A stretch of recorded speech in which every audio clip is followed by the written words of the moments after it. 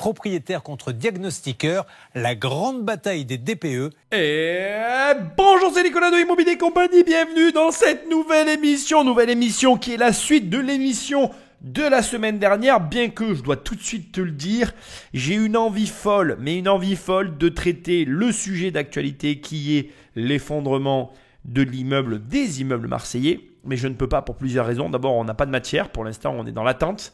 Je veux dire, je suis l'affaire, j'ai hâte, parce que je t'assure que cet événement-là, cumulé avec l'immeuble rue d'Aubagne, va avoir des conséquences sur le marché, n'en déplaise à certains, mais nous verrons, donc je ne vais pas trop en dire pour l'instant.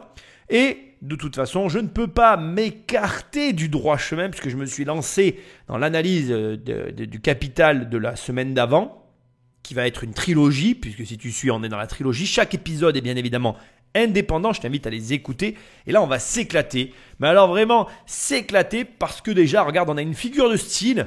Dès l'introduction, Bayer contre diagnostic de performance énergétique. Absolument pas. C'est l'État avec ses lois stupides contre le reste du monde. L'État français avec ses lois stupides contre le reste du monde. Et bien évidemment, je sais à quoi m'attendre avec cette émission. Nous allons nous confronter bien évidemment à la stupidité profonde de nos élites.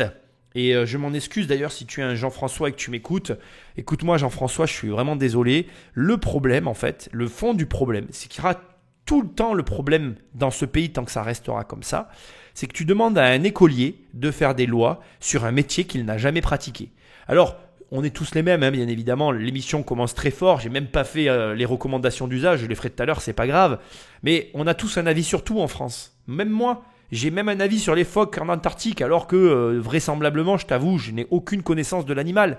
Mais j'ai un avis parce que c'est notre culture. Quand on est jeune, on t'apprend à critiquer des livres alors que tu n'as même jamais écrit un livre, alors qu'on devrait te dire, mais regarde, écrire un bouquin, c'est un travail de titan, et j'en sais quelque chose.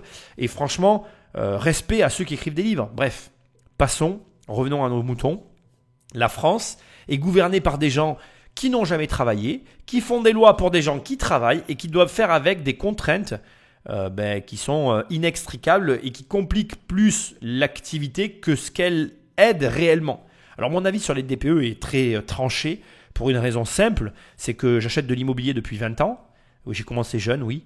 Et la vérité, c'est que j'ai commencé à acheter alors que les DPE commençaient à peine à arriver. J'ai même connu les quelques premiers achats que j'ai faits, ça n'existait pas, c'était en train de se mettre en place. Et on achetait très bien sans les DPE en fait. Je veux dire, ça n'a aucun lien avec la réalité. Pour moi, c'est juste, comment j'ai envie de te dire, une bizarrerie qui n'a aucun sens. Et on s'en rend compte d'ailleurs parce que si tu regardes l'historique du DPE, eh bien, il n'a pas cessé d'être modifié, transformé, adapté. J'emploie bien le mot adapté pour permettre à la fois de justifier son existence, à la fois d'avoir un sens, parce qu'il n'en a pas toujours un, tu vois.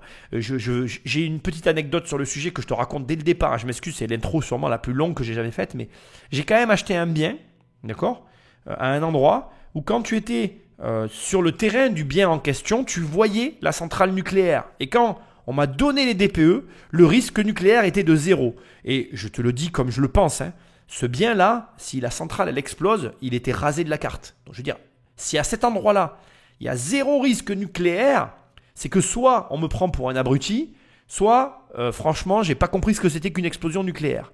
Donc bon, je ne vais pas rentrer dans les débats, peut-être que j'ai tort, peut-être qu'effectivement l'endroit où j'ai acheté, l'explosion nucléaire se serait arrêtée pile devant l'entrée du terrain, tu vois, un peu comme le nuage de Tchernobyl qui s'est arrêté à la frontière française. Soit on nous prend on nous prend pour ce qu'on n'est pas. Enfin, tu m'as compris quoi. En gros, on nous prend pour des cons quoi. J'essaye de le dire avec ironie, mais j'y arrive pas. Donc écoute, comme ça c'est clair. Tu connais mon opinion des DPE avant même de commencer cette émission. Si jamais tu es diagnostiqueur et que tu n'es pas du tout d'accord avec moi, que tu trouves que ton métier est d'une très grande utilité, tant mieux. J'ai sans doute tort. C'est sûrement comme avec les bébés phoques. Tu vois, j'ai un avis, mais je ferais mieux de fermer ma gueule. Mais manque de bol, je vais te donner un avis sur le sujet puisqu'il se trouve que j'achète des biens immobiliers depuis 20 ans et que j'ai plein d'anecdotes à raconter sur le sujet. Donc accroche ta ceinture parce qu'en plus, j'ai de la matière, je pense. Je n'ai pas vu l'émission, je vais la découvrir avec toi. Et sans plus de transition, j'attaque les recommandations d'usage qui sont Comme d'habitude, tu le sais, c'est très difficile de référencer les podcasts. Là où tu l'écoutes, prends le temps de me laisser des étoiles et un commentaire. C'est ce qui m'aide le mieux. Sur Apple Podcast, sur Spotify, où tu as envie. Ou alors, tu prends le téléphone d'un ami et tu l'abonnes sauvagement. Tu lui dis, tiens, écoute ça, c'est de la bonne cam et c'est ce qui m'aide encore le mieux. Donc, merci si tu l'as fait et merci si tu vas le faire parce que j'en ai vraiment besoin. Enfin, tu vas sur immobiliercompagnie.com. Dans l'onglet formation, il y a mes formations. Tu cliques et on travaille ensemble. Va voir, ce mois-ci, il y a une promotion. Elle s'arrête demain. Et le code promo, c'est NP41 et la promotion, c'est sur les 100 erreurs à ne pas commettre dans l'immobilier. Sinon, tu vas dans l'onglet livres, il y a des livres, tu cliques et tu les reçois dans ta boîte aux lettres. Ou alors, il y a des coachings et les coachings, tu les fais en one-to-one avec moi. C'est avec moi que tu parles pour faire le coaching. Voilà, sans plus de transition, on va attaquer l'émission. Patrick Magnéto. Dans les agences immobilières, difficile de rater ces étiquettes énergétiques. Classées de A pour les biens les plus performants, AG pour les plus énergivores, le diagnostic de performance énergétique, le DPE, est désormais obligatoire pour toute vente ou location. Je me retrouve avec un bien bloqué. Apparemment, on ne pourra pas le vendre en l'état. Depuis le 1er juillet 2021, le gouvernement veut en finir avec les passoires énergétiques. Et il frappe fort. Tous les biens G seront interdits à la location dès 2025, les biens F en 2028 et E en 2034. En tout, ces interdictions vont frapper 13 millions de logements. Plus d'un bien sur 3 en France. Le DPE, bête noire des propriétaires, peut faire dégringoler la valeur d'un bien. Mais peut-on se fier à la méthode? Les diagnostiqueurs sont-ils toujours de confiance? Si c'est pour vendre, c'est une arnaque, quoi. Tout ça, ça fausse tous les chiffres statistiques des DPE qu'il y a en France, quoi. Certains investisseurs, eux, raffolent des étiquettes G. C'est une passoire thermique ou pas? Alors oui, en effet, on a un triangle DPE, ouais. Qu'ils tentent d'acheter à la casse. 125 000 euros. Pour nous, il faudrait arriver à 95 000 euros. Diagnostiqueurs, investisseurs, à qui profitent les passoires thermiques? On va se marrer, pourquoi? Eh bien parce que déjà, la première chose que j'ai à te dire qui me vient en écoutant tout ça, c'est que le mec qui a inventé les DPE, il doit être super heureux de voir son truc collé partout. Ensuite, j'ai hâte de voir où va nous mener l'émission, j'espère qu'elle est bien faite parce que je pense que ça va laisser un goût amer dans la bouche de certains. Et enfin, je veux quand même le préciser, mais le DPE, c'est comme tout, en fait c'est un indicateur, c'est pas ce qui fait le bien immobilier du tout, ça ne correspond à rien pour moi, au point essentiel qui caractérise, ou qui font plutôt je dirais, qu'un bien est valable ou pas. Donc juste pour info, je voudrais que tu saches qu'en 1996, il a été voté la loi Carrez qui pourrait correspondre quelque part à, je dirais, la naissance du diagnostic immobilier, qui découle, elle par contre, et là je peux vraiment le comprendre, d'une problématique de marché qui était qu'en fait on vendait des biens à cette époque et effectivement la surface elle a quand même un impact sur les biens immobiliers. Et donc en 96 on a voté la loi Carrez avec, si je ne dis pas de bêtises, une application à partir de juin de 1997. Et pour moi, même si ce n'est pas le DPE, cet élément-là du DPE, la surface du bien, est un élément essentiel et intéressant parce que ça te permet de valider ce que tu achètes en termes de surface. Et c'est d'autant plus important et intéressant que c'est un facteur déterminant dans ton achat parce que ça permet de situer ton bien. Effectivement, un P3 de 60 mètres carrés, c'est pas pareil qu'un P3 de 80 mètres carrés qui n'est pas pareil qu'un P3 de 90 mètres carrés qui n'est pas pareil qu'un P3 de 50 mètres carrés. Donc sur cet élément-là qui correspond effectivement à ce que je considère être comme le premier diagnostic immobilier, je valide. Je trouve que c'est un élément intéressant. Ensuite, c'est suivi, enfin, pas bon terme, mais ensuite, on a enchaîné sur le plomb, les termites, l'amiante, etc. On est plutôt sur les années 2000 pour amener des informations qui sont, elles, relativement importantes sur les éléments qui caractérisent le bien. C'est certain, je ne vais pas dire le contraire, que quand tu achètes un bien, qu'il va y avoir à l'intérieur des termites ou une mérule, ce sont des éléments importants qui ne sont pas pour moi, là encore, en fait, sujets à refuser l'achat, à se désengager de l'achat, mais qui sont plus des problèmes que certains vont avoir des facilités à régler là où d'autres n'auront pas ni la force, ni l'énergie, ni les capacités à solutionner la problématique qui leur est soumise. Après, on est arrivé à un DPE qui a plus été énergétique, énergivore, où là on est tombé dans les affres de la bêtise. Parce que, encore une fois, je suis désolé de le dire, mais c'est une réalité. Qu'est-ce que ça veut dire énergivore ? Moi, je connais des personnes qui chauffent leur maison à 30 degrés et le bien est extrêmement bien isolé. Qu'est-ce que ça change ? Le fait que le bien soit bien isolé ou pas, qu'est-ce que ça peut faire ? D'autant que, et je tiens à te le dire, techniquement parlant, en fait, les recommandations faites par l'État ne sont même pas les meilleures recommandations d'usage. Je m'explique. On va te demander d'isoler les murs avec de la laine de verre. La laine de verre, elle s'use, elle est friable, elle se détériore avec le temps. Donc, je suis désolé de te le dire, mais une isolation faite avec de la laine de verre il y a 10 ans, elle n'est plus la même aujourd'hui qu'il y a 10 ans. Donc, de toute façon, que tu saches que ce soit bien fait ou pas, il n'y a pas d'enjeu. Et de toute façon aussi, le meilleur isolant, c'est l'air.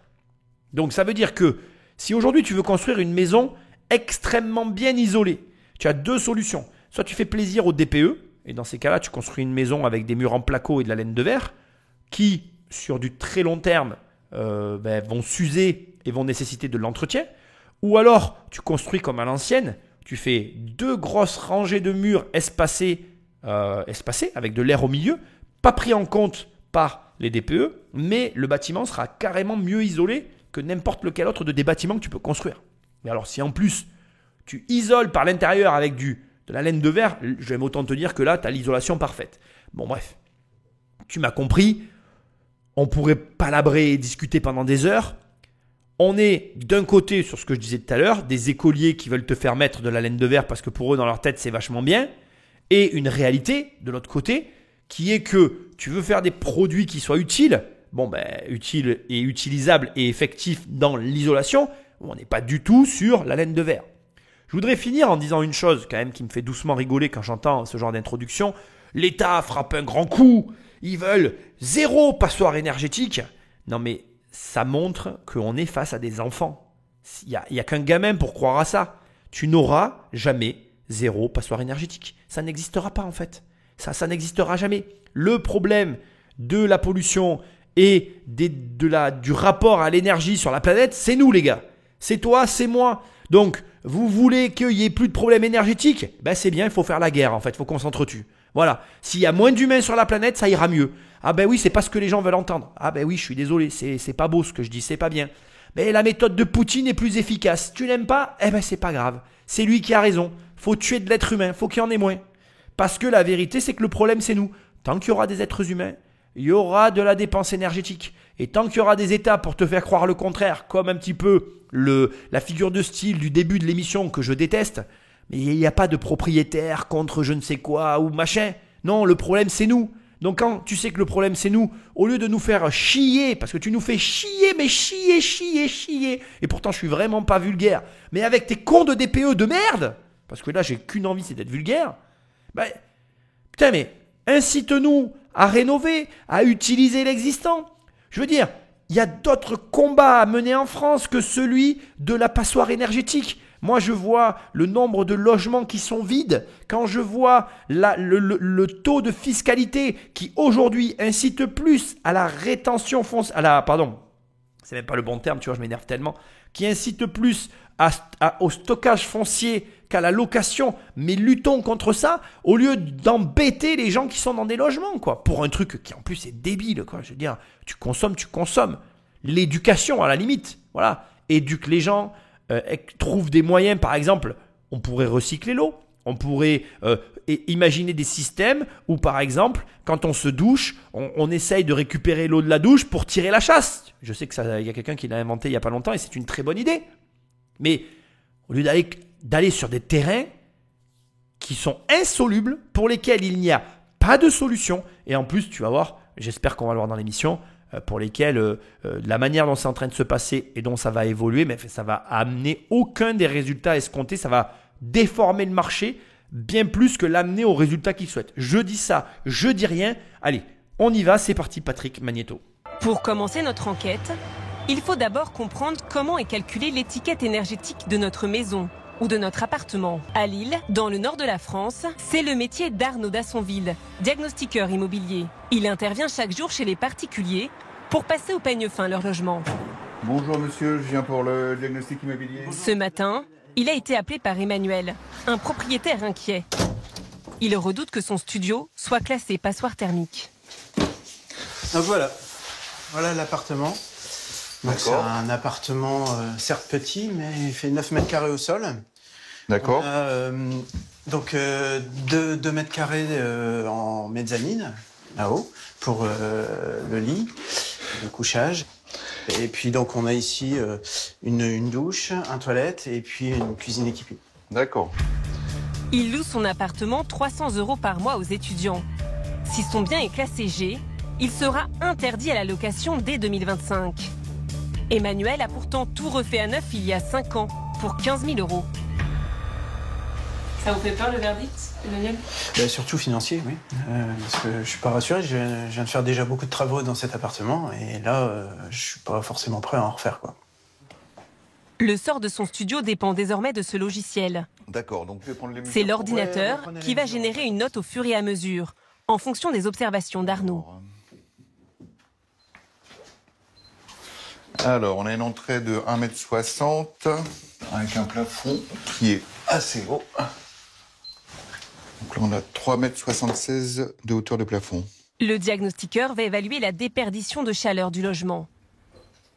Alors, Pour ça, il commence par le point le plus critique de l'appartement. Cette fenêtre avec un double vitrage trop ancien. donc là, je prends mon vitromètre, je vois en fait la lame d'air, c'est-à-dire en fait l'espace entre les deux vitres. Donc là, vous avez des fenêtres en bois avec une lame d'air de 6 mm. Sans isolation renforcée, une fenêtre, ça isole toujours moins bien qu'un mur. Donc plus il y a de fenêtres, forcément, plus il y a de déperdition. Plusieurs aspects vont plomber la note de l'appartement. Pour vérifier l'isolation des murs, Arnaud va démonter cette prise. Donc effectivement, vous avez une isolation. Donc là, on a 4,5 cm. Ça, c'est important parce que vous imaginez bien que si je mets un mur isolé ou pas isolé, j'aurai pas du tout le même résultat. 4,5 cm d'isolation, ce n'est pas suffisant. Il faudrait au minimum 10 cm dans les murs. Les mauvaises notes vont s'accumuler pour le propriétaire. Alors, pour le chauffe-eau, je vois que vous avez un chauffe-eau de 100 litres vertical Oui. qui a été installé récemment. Bon, là, le fait qu'il y ait un chauffe-eau de 100 litres pour une petite surface, forcément, ça dégrade le DPE. D'accord. En fait, plus le logement est petit, plus en fait le chauffe-eau doit être petit également, parce qu'un chauffe-eau, ça consomme. Un chauffe-eau de 40 litres aurait été plus adapté pour cette surface. Après 45 minutes d'expertise, la sentence tombe. Alors là, on est passé en G. Avec ce G, le studio ne pourra plus être loué dans 2 ans. Emmanuel accuse le coup, car c'est un manque à gagner de 3 600 € par an. Effectivement, cet argent, en fait, ces loyers sont des loyers complémentaires pour pouvoir payer les pâtes de ma maman. Et donc, du coup, c'est un manque à gagner qui fait mal cruellement, en fait. Pour que son appartement ait une chance de passer ne serait-ce qu'en E, l'ampleur du chantier est colossale.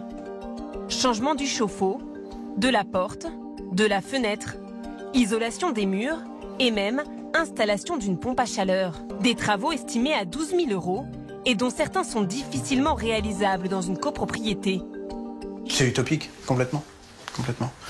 Et puis c'est ridicule pour un petit appartement comme ça de mettre une pompe à chaleur. Enfin, ça me semble complètement démesuré, en fait. Ce que je me dis, c'est que je viens de faire 15 000 € de travaux et que là, en fait, ce qu'on est en train de me dire, c'est que c'est pas suffisant, il faut encore en faire. Moi, je ne peux plus investir comme ça continuellement dans cet appartement, c'est pas possible. À cause de ce diagnostic, Emmanuel a déjà l'interdiction d'augmenter ses prochains loyers. Le malheur des propriétaires fait les bonnes affaires des diagnostiqueurs. 2 millions de DPE ont été réalisés l'an dernier. Un marché de 1 200 000 € que se partagent les 10 000 diagnostiqueurs de France. Ah, je rigole parce que ce qui me fait rire, c'est que le gouvernement donc je sais pas toi, hein, mais moi ça me gavait l'école, mais ça me gavait. Et je supportais pas les notes, mais ils se sont démerdés de nous recoller des notes. Tu sais, pour qu'on soit encore à l'école. Là, le pauvre propriétaire, il était en sueur, il attendait sa note. Tu sais, comme à l'école, t'étais là, t'attendais, tu sais, il disait les noms. Et tu disais, est-ce que je vais avoir 12, est-ce que je vais avoir 0, est-ce que je vais avoir 5. Et là, le mec, il était là en sueur, mais je comprends. 15 000 € dans 9 mètres carrés, une pompe à chaleur. La blague. Alors, c'est hyper intéressant ce qu'on vient de voir et ça va être très simple. À ton avis, qu'est-ce qui va se passer? Mets-toi une seconde à la place d'un mec comme ça qui avait un appartement de 9 mètres carrés.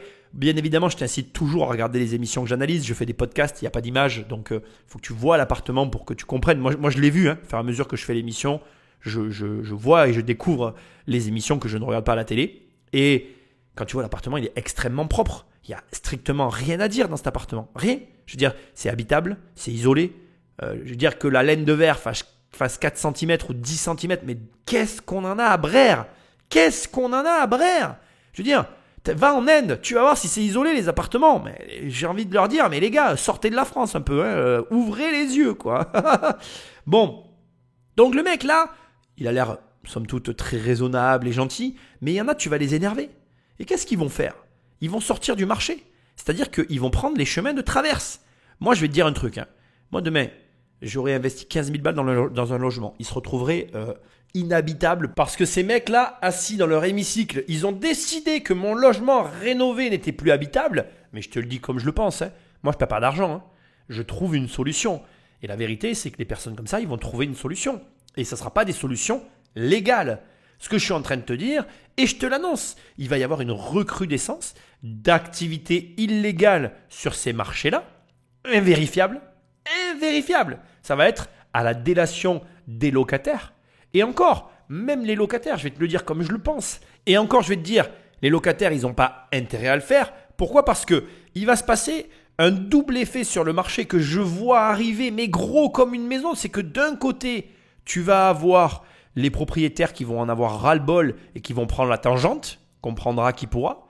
Et de l'autre côté, tu vas en avoir toute une partie qui vont en avoir ras la casquette, ils vont vendre, ils vont investir ailleurs. Ils vont investir dans d'autres pays. Je le pense. Je pense que dans les années qui arrivent, il va y avoir une recrudescence d'investisseurs français qui vont aller s'exporter, s'expatrier en investissement dans d'autres pays où on a des gens moins cons qui nous dirigent. Parce que c'est propre à l'Europe. Hein. C'est l'Europe qui a décidé ça. Mais je te rassure, il y a plein de pays où ça n'existe pas et où ça n'est pas prêt d'exister. Donc, allons là où le ciel est plus clément. Puisque vous êtes des abrutis, les gars. Oui, je parle à vous, les Jean-François. Mais, finalité, revenons à ma situation. Pourquoi je te dis que les locataires n'ont pas intérêt et vont finir par ne plus avoir intérêt à dénoncer? Parce qu'au départ, sur quoi compte l'État? Sur quel mécanisme il compte pour être informé des passoires thermiques? Il compte sur les locataires qui vont dénoncer, bien évidemment, les propriétaires. Sauf que le marché locatif est en train de se tendre. Je te le dis. Le marché locatif est en train de se réduire. Il se réduit de telle sorte qu'il va y avoir moins d'offres. Et comme il va y avoir moins d'offres, eh bien, à un moment donné, on va se retrouver dans le mur. Parce que d'un côté, plus d'offres, les locataires auront moins de choix. Comme ils auront moins de choix, ils vont devoir faire avec ce qu'il y a. Et comme il y aura ce qu'il y a, tu vas avoir des propriétaires qui vont en avoir rien à brère des DPE. Mais quand je te dis rien à brère, c'est rien. Moi, j'ai vécu ça, hein. Je m'en fous, hein, je te le dis comme je le pense. Hein. Bien évidemment que mes logements aujourd'hui sont bien classés et que c'est facile de parler comme ça pour moi. Le dernier logement que j'ai acheté, il était classé D là. Donc je ne me suis même pas concerné si tu veux. Mais ce que j'essaye de te dire, c'est qu'en définitive, je m'en fous. Au final, je te le dis, je m'en fous de leur truc. C'est bidon, c'est complètement bidon en fait. On parle de logements qui sont habitables. Faut arrêter. Moi, mes grands-parents, ils ont vécu toute leur vie dans une passoire thermique. Et qu'est-ce que ça les a empêchés de vivre ? Les mecs, délire total. C'est pas du tout la bonne méthode pour obtenir le résultat escompté. On verra bien. Moi, j'espère que je me trompe. Mais ça fonctionnera pas. Les propriétaires s'en foutent. Et les locataires, pas forcément, parce que les locataires, ils cherchent toutes les raisons pour ne pas payer le loyer. Alors, c'est un autre problème. Mais bon, on verra ça plus tard. Je pense qu'on va avoir l'occasion d'en parler ici. Bref, On voit donc ici un diagnostiqueur qui sans doute fait son travail, il rentre des infos dans un logiciel, c'est super, mais on s'en fout complètement de leurs infos dans le logiciel en fait. Leur logiciel pourri, c'est pareil, c'est débile en fait. C'est pas le logiciel qui habite dans l'appartement. Alors maintenant, c'est des logiciels qui vont nous dire si nos logements sont habitables. Mais c'est idiot. C'est idiot en fait. C'est idiot, voilà. Encore une fois, on est sur de la bêtise profonde et on essaye de nous la faire valider par un consensus généralisé. J'espère que l'émission va nous montrer toute la ridiculité qui se cache derrière ces diagnostics techniques, parce que tu vas voir qu'il y a des choses dont je suis au courant et que j'espère qu'on va voir ici, qui rendent encore tout ça bien plus idiot. Enfin, je voudrais finir avec les quelques éléments techniques qui ont été soulignés ici. Alors, le ballon d'eau chaude, ça consomme de l'énergie. Ben oui, en fait. Mais en fait, c'est toujours mieux d'avoir un ballon d'eau chaude que d'avoir le gaz, par exemple. Tu vois, je te donne mon opinion personnelle, premièrement. Deuxièmement, on te dit qu'il en faudrait un plus petit. C'est vrai et c'est faux. Alors aujourd'hui, il y a des technologies avec les ballons d'eau chaude qui sont dynamiques, c'est-à-dire qui peuvent produire de la chaleur en temps réel. Ceux-là, effectivement, sont encore plus intéressants. Nous, on les pose maintenant. Mais c'est toujours pareil. Tu ne peux pas venir me dire que pour des raisons écologiques, le ballon d'eau chaude qui a été posé il y a quelques années est inadapté au logement et me demander de le changer, parce que changer un ballon d'eau chaude qui n'est pas cassé, écologiquement, c'est la pire des décisions. C'est-à-dire que les recommandations qu'ils sont en train de faire là, de devoir rénover un appartement qui vient d'être rénové, ça montre la débilité du truc. Excuse-moi, mais le mec qui a écrit ça noir sur blanc et qui a fait que le logiciel ne prenne pas en considération que l'appartement vient d'être rénové, c'est le roi des abrutis. Faudrait pas qu'on nous le montre et qu'on en fasse un tableau et qu'on nous... Voilà, regardez un mec, regardez son intelligence, il a que 2 neurones et elle ne se connecte pas. Parce qu'il faut être débile. C'est quoi la pollution? C'est quelque chose que tu prends et que tu recommences. Par exemple, prenons 2 cas de figure. Moi, j'ai une voiture, elle roule. Elle est très vieille, elle est abîmée. D'un point de vue écologique, elle pollue. Mais si j'en rachète une nouvelle, je pollue plus. Alors que si j'arrive à garder la même voiture toute ma vie, j'ai moins pollué que le gars qui a acheté 4 ou 5 voitures durant toute sa vie entière. Ça peut ne pas te plaire, tu peux ne pas être d'accord, mais c'est pourtant la réalité. Ça n'est pas ce que tu recraches la pollution, c'est l'usage que tu fais des choses. Plus tu vas arriver à faire vivre un produit que tu as acheté longtemps, moins tu pollues. Plus, comme là, on t'incite à refaire par-dessus des choses qui ont déjà été faites, plus tu es un débile en fait. Donc moi, je veux bien tout entendre. Je veux bien qu'à un moment donné, on essaye de nous expliquer qu'il faut qu'on change le comportement parce qu'on va tous mourir. Et devine quoi, on va tous mourir. qu'on pollue ou pas, on va tous mourir. Je veux bien qu'on essaye de nous faire avaler la couleuvre, que l'Europe, d'un coup, ce soit le pays du monde qui consomme le plus et que nous devons faire des économies. Alors que l'Inde ou l'Afrique, bon bref, tu m'as compris, hein, sont en train de littéralement détruire. Mais c'est normal en fait en même temps. L'Inde et l'Afrique sont en train de vouloir se hisser au même niveau que nous. Donc il faut arrêter à un moment donné. Au lieu, tu vois, regarde, au lieu de mettre toute cette énergie idiote à venir nous faire chier, mais chier, putain, je peux pas les blairer quoi. Putain, mais mettez votre énergie à permettre à l'Inde ou à l'Afrique de passer plus vite le cap, quoi, tu vois. On ferait mieux de mettre en place de l'énergie et d'envoyer des gens travailler en Afrique pour leur dire allez bosser en Afrique, vous aurez des avantages fiscaux, en plus vous allez aider le pays à peut-être construire des routes et à se moderniser plus rapidement, comme ça ils vont moins polluer, parce qu'en fait, à quel moment les pays polluent le plus ? Les pays polluent le plus quand ils veulent passer d'un état de pays, je ne sais même pas quel terme il faut employer, tu vois, mais moins développé que la France pour venir au niveau de la France, tu vois. Un pays qui veut se hisser au niveau technologique et infrastructurel de la France, lui, il va beaucoup polluer, tu vois, pour arriver à se hisser à ce niveau-là. Donc, tu ferais mieux, en tant qu'État, d'essayer d'aller aider à la transition de ces pays-là pour leur permettre de franchir le cap plus vite, pour justement se mettre à moins polluer, plutôt que de venir faire chier ta population, que tu emmerdes déjà au quotidien, avec tout un tas de lois inapplicables, et que tu rajoutes encore une loi inapplicable, dont, j'espère qu'on va le voir, tu verras qu'au final, elle est inapplicable. Je dis ça, je dis rien. À quelques kilomètres de Lille, À Marc-en-Barœul, il y a un homme qui se frotte les mains depuis un an. Dis-moi Christian, on a avancé aussi sur la formation des techniciens sur les montées en compétences de DPE. Yannick Henouche est à la tête d'Exim, l'un des poids lourds du diagnostic immobilier. La loi de rénovation énergétique a dopé son business. Montées en compétences. Donc nous avons combien de postes à pourvoir? Donc 17 à l'heure actuelle sur toute la France. On a des besoins sur Marseille, sur Lille, Paris, Bordeaux. Son entreprise recrute à tour de bras. En 20 ans d'existence, elle ne s'est jamais aussi bien portée. 51 millions d'euros de chiffre d'affaires, plus 20% de croissance en 5 ans. Son activité couvre aujourd'hui tout le territoire, avec 120 agences et 600 collaborateurs. Nous sommes presque partout en France. Il nous manque encore quelques zones à couvrir, notamment Agen, Bayonne, le bassin d'Arcachon où nous ne sommes pas encore présents. Notre activité est en train d'exploser. Avant, notre diagnostic était à peine regardé quand on était chez le notaire. Aujourd'hui, il est scruté et on nous appelle, on nous demande des précisions, on nous demande même de faire des contre-visites parce que le DPE est devenu un élément central de l'acquisition d'un bien immobilier ou d'une location immobilière. S'il est devenu aujourd'hui incontournable, à sa création en 2006, le DPE a mauvaise réputation et ne convainc pas. Yannick Henouche a assisté aux allers-retours entre les différentes méthodes de calcul. La plus connue se basait au départ sur l'analyse des factures d'énergie, mais elle connaissait certaines limites. Le propriétaire nous donnait ses factures et nous on regardait et puis on disait voilà cette maison elle consomme tant.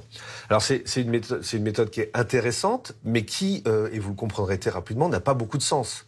Puisque une personne âgée toute seule dans une grande maison ne va pas consommer la même quantité d'énergie qu'une famille avec 4 ados qui ouvre 10 fois le frigo dans la journée et qui joue à la PlayStation et qui laisse la lumière allumée. Donc cette méthode engendrait des erreurs. Donc le gouvernement au 1er juillet 2021 a dit on recentre tout sur la méthodologie 3CL, technologie du bien, et dans lequel on rentre la technologie des fenêtres, des murs, etc. Aujourd'hui, ce qui compte, ce n'est plus la consommation réelle des occupants, mais les critères techniques des logements. Une méthode qui serait plus fiable, mais beaucoup plus complexe à maîtriser pour les apprentis diagnostiqueurs. Bonjour à tous, ça se passe bien ? Chaque mois, l'entreprise organise des formations de remise à niveau sur la nouvelle technique du DPE. Le but, bien prendre en compte pour ce protocole, d'avoir tout ce qui est mesure et contrôle visuel. La première étape, donc 3 étapes. Ce jour-là, 3 jeunes recrues participent au cours. Et vous allez voir qu'il n'y a pas besoin de compétences dans le bâtiment pour devenir diagnostiqueur. Christian, tu en parlais ce matin. Alors ça fait 1 an que je suis dans ce métier et avant j'étais comptable. Avant, j'étais commercial. J'étais chef de rang en restauration et boîte de nuit. Et avant ça, j'étais responsable de boutique. Donc c'est une reconversion totale. Le métier séduit. Horaire flexible, possibilité d'être à son compte et surtout rémunération intéressante. Les tarifs dans la profession ne sont pas réglementés. Un diagnostiqueur peut facturer son intervention d'1 heure entre 90 et 350 €. Je vais vous faire passer une caméra thermique. Il faut faire attention parce que c'est juste un outil d'aide. Cela attire d'autant plus les candidats en reconversion que pour entrer dans le métier, une simple formation d'1 mois et demi suffit. Donc on va voir en fonction de la façade et du plancher qui est en béton, on voit bien le pont thermique. Donc c'est les déperditions au niveau de la façade. T'en parlais ce matin. Le responsable technique, Christian Bi, a conscience du manque d'expérience de ces nouveaux diagnostiqueurs. Autour des fenêtres, vous voyez qu'il y a un problème au niveau de l'isolant.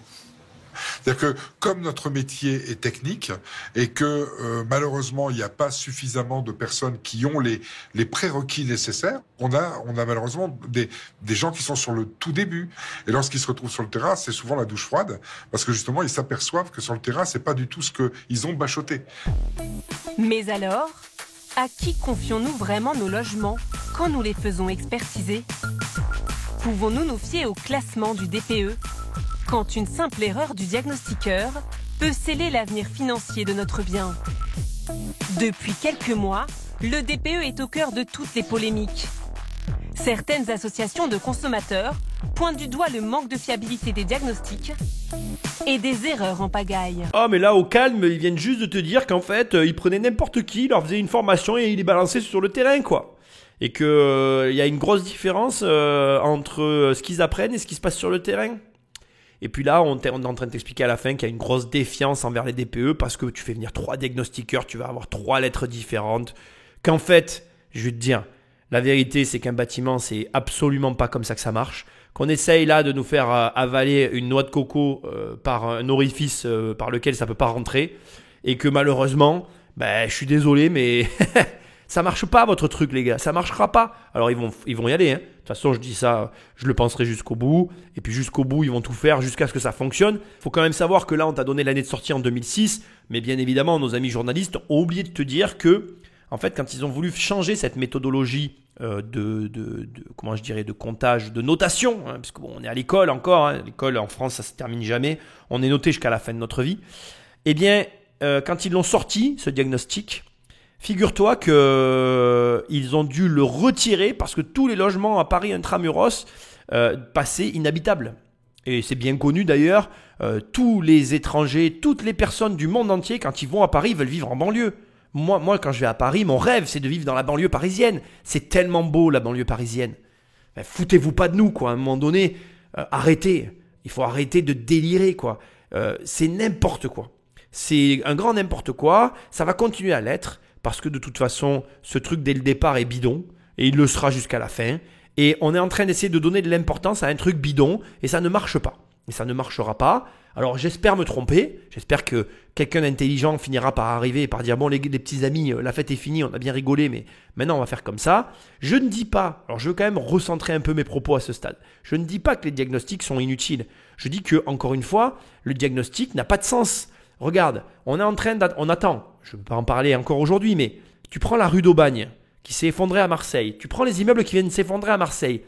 Qu'est-ce qu'on en a à foutre que la lettre elle ait été F ou G?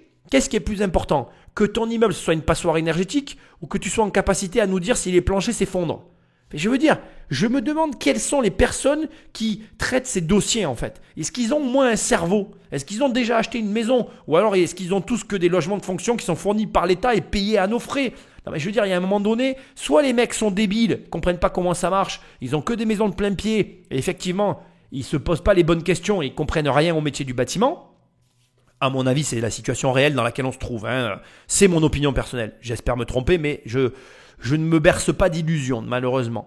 Soit, on a un mec hyper intelligent, d'accord? Et il sait quelque chose que je sais pas, mais j'aimerais bien qu'on me le présente et qu'il vienne me l'expliquer parce que je comprends pas le délire, quoi. Voilà. Tant bien même, ok? Admettons que tout ça soit vrai et que tout ça soit très bien fait. La problématique, c'est que déjà, il faudrait aérer son logement 1 heure par jour. Tous les jours, il faudrait ouvrir tes logements pendant 1 heure pour les aérer, ce que la plupart des gens ne font pas. Et c'est problématique, pourquoi? C'est problématique parce que d'aérer ton logement tous les jours, ça crée une passoire énergétique. Tu t'emmerdes à le chauffer en permanence et là, il y a un problème réel pour lequel il n'y a pas de solution en fait, puisqu'il faut aérer ton logement. Mais tu vois, ce que j'essaye de te montrer, c'est que tout ça n'a pas de sens en fait. On essaye, je ne sais pas ce qu'on essaye de faire, de nous prendre du fric. Moi, à la fin, c'est tout ce que j'arrive à voir pour des choses pour lesquelles il n'y a rien.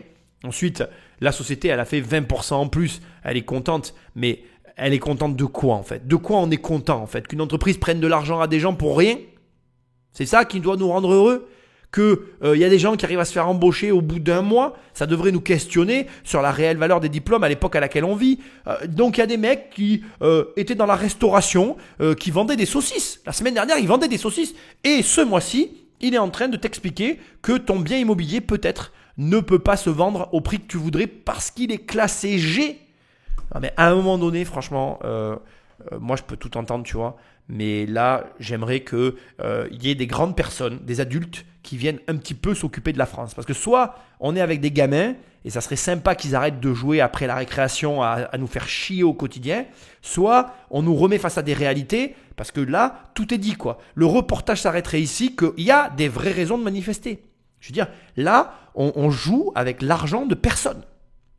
Là, je suis scandalisé de ce que je vois, parce que derrière ces petites lettres qui font rigoler les personnes, il y a des mecs comme moi qui vont arriver, qui vont assassiner la valeur d'un bien sur la valeur d'une lettre, et tu vas avoir, parce que on est dans un pays où il y a quand même beaucoup de gens qui croient tout et n'importe quoi dans les rues, on le voit au quotidien, tu vas avoir des gens qui vont arriver, qui vont te dire « Ah ben non, hein, ton logement est classé G et il a aucune valeur. Hein. » Mais bien sûr, j'ai une vue sur le Trocadéro ou sur les Champs-Élysées et tu crois que je vais pas trouver un étranger qui va acheter mon bien cash et qui lui n'en aura rien à foutre de la lettre G? Réfléchissez les mecs, réfléchissez.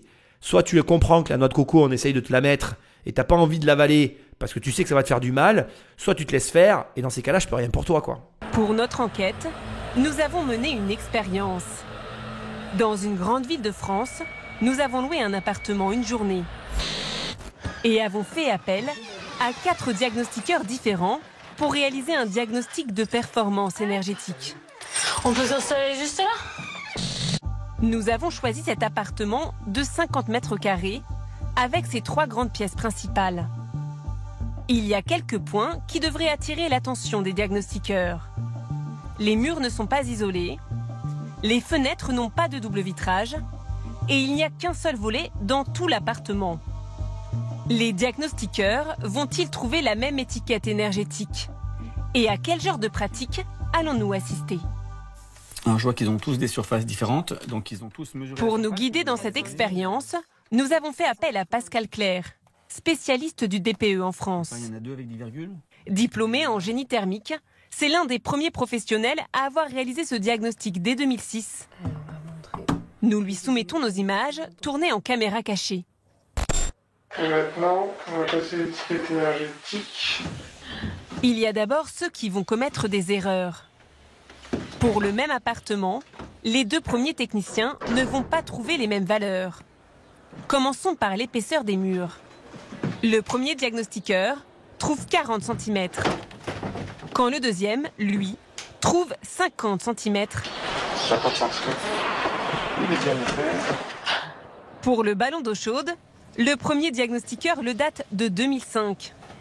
Alors que pour le deuxième diagnostiqueur, il date d'avant 1948, ce qui est impossible. Pascal Clerc a identifié plusieurs autres erreurs commises par ces 2 diagnostiqueurs.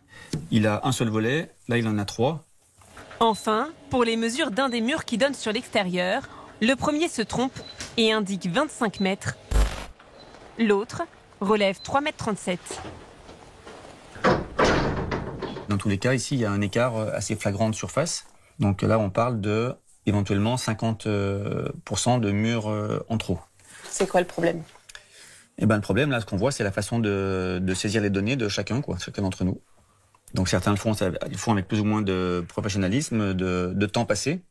Ces informations erronées vont-elles jouer sur la note finale? Là, je me dis, bon là, qu'est-ce que je vais avoir comme note? Verdict avec le premier diagnostiqueur. Alors, vous êtes en G. Donc, la plus mauvaise des notes. Ok, donc c'est pas un bon point. Le deuxième va trouver un résultat bien différent. C'est ton F, vous avez le droit de jouer. Ouais. Ah, donc je suis pas G. Non. C'est plutôt sympa ça. Ouais. C'est sympa, car avec ce F, nous pouvons louer notre appartement jusqu'en 2028. 3 ans de plus qu'avec le premier diagnostiqueur. Si les premiers techniciens ont fait des erreurs sans le savoir, les 2 suivants vont volontairement améliorer le DPE pour nous arranger. Là, G du coup. Oh, non. Ouais. On est loin du F là? Non, c'est pas très loin du F. Tac, on peut gratter 2-3 points. Vous pensez? C'est possible? Ouais, c'est pas possible. Et qu'est-ce que vous faites du coup pour gratter quelques points par exemple? Le diagnostiqueur va améliorer les mesures qu'il avait lui-même prises. On a 16,8 m, le mur qui donne sur l'extérieur. Ouais. Imaginons qu'on ait 16 tout court au lieu de 16,8. Donc là, il est en train de maquiller les valeurs pour dire de rentrer un petit peu, faire plaisir au client, chose qui se fait pas. Voilà, le client, il a la note que son bien mérite et si jamais, voilà, Le client n'est pas content, il va voir ailleurs, mais voilà. Si moi j'arrive et qu'il y a 16,7, il y a 16,7 et puis c'est tout. Sinon, il n'y a aucune fiabilité du DPE, quoi. La fiabilité du DPE ne paraît pas inquiéter outre mesure ce diagnostiqueur. Il recherche ici tous les moyens pour améliorer notre note. On baisse rapidement en fait. Ouais, pour des petits centimètres. Peut-être. Ok. Oh, 419. Ouais, si je vais passer. Et là c'est bon, je suis tranquille jusqu'à quand? 2028. Et le dernier va se révéler encore plus conciliant que tous les autres. Vous êtes en Angers. En Angers? Ah ouais. C'est quelque chose. C'est-à-dire? Je vais faire le maximum pour l'attendre en F. Oh, c'est vrai? Ouais. C'est bien le but, on n'est pas là pour gérer les transactions. Oui. Les transactions. Ouais. Je reste un peu effaré de l'idée qu'on peut laisser en tant que professionnel quand on a un client chez qui on intervient, à qui on dit ça. Si c'est pour vendre, c'est une arnaque, quoi. Tout ça, ça fausse tous les chiffres statistiques des DPE qu'il y a en France, quoi. Ces diagnostics erronés peuvent désormais se retrouver devant la justice. Car depuis le 1er juillet 2021, le DPE est opposable.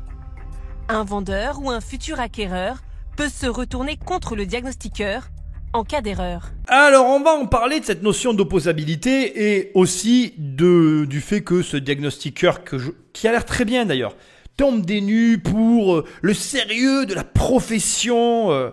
Paris existe depuis des milliers, depuis plus de 1000 ans et a très bien survécu sans les diagnostics. Ça survivra très bien sans. Déjà, il faut remettre l'église au centre du village. Ce truc-là, ça n'existait pas. Et si ça n'existait plus à nouveau, on s'en porterait très bien.